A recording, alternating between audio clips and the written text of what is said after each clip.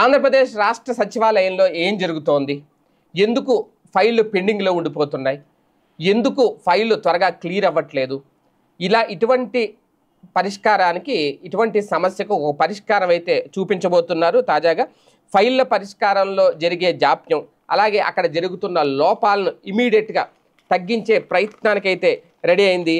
ఈ నేపథ్యంలోనే ఫైళ్ల కదలిక సచివాలయంలో, అలాగే వాటి పరిష్కారంలో విపరీతమైన జాప్యం జరుగుతున్న నేపథ్యంలో ఆ లోపాలను సమీక్షించి మార్పులు చేయాలని ప్రభుత్వం నిర్ణయం తీసుకుంది. వీటిపై సమీక్షించి సూచనలు చేసేందుకు ఒక కమిటీ నియమించింది.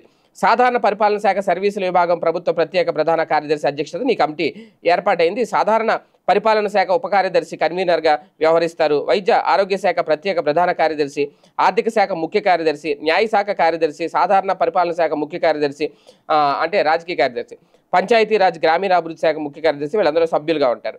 ప్రభుత్వ ప్రధాన కార్యదర్శి కె విజయానంద్ ఈ మేరకు ఉత్తర్వులు ఇచ్చారు. అయితే ఇక్కడ కీలకమైన అంశం ఏంటంటే 2018 సెక్రటేరియట్ బిజినెస్ రూల్స్ ప్రకారం మంత్రులు, ప్రభుత్వ కార్యదర్శులు, మినిస్టీరియల్ అధికారులతో పాటు సచివాలయంలో వివిధ స్థాయి అధికారుల మధ్య బాధ్యతలు, అధికారులు నిర్దేశించున్నాయి.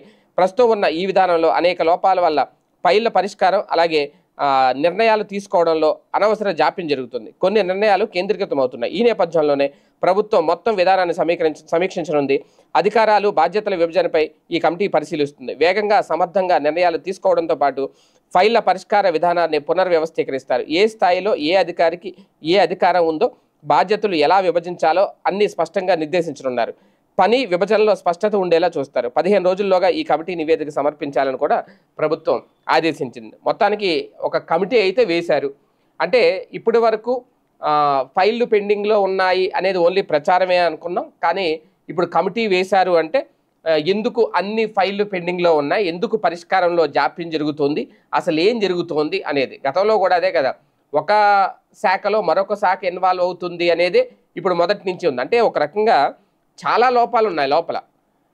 ఆ లోపాలను ఇమీడియట్గా సవరించకపోతే ఏడాది అయిపోతుంది. అవి ఇంకా పెరిగి పెద్దదవుతాయి. అది రేపొద్దున్న పరిపాలనకే మచ్చ తెచ్చిపెట్టే అవకాశం ఉంది. ఇమీడియట్గా ఆ నివారణ చర్యలు అయితే మొదలుపెట్టింది ప్రభుత్వం. మరి ఏం జరుగుతుందో చూడాలి.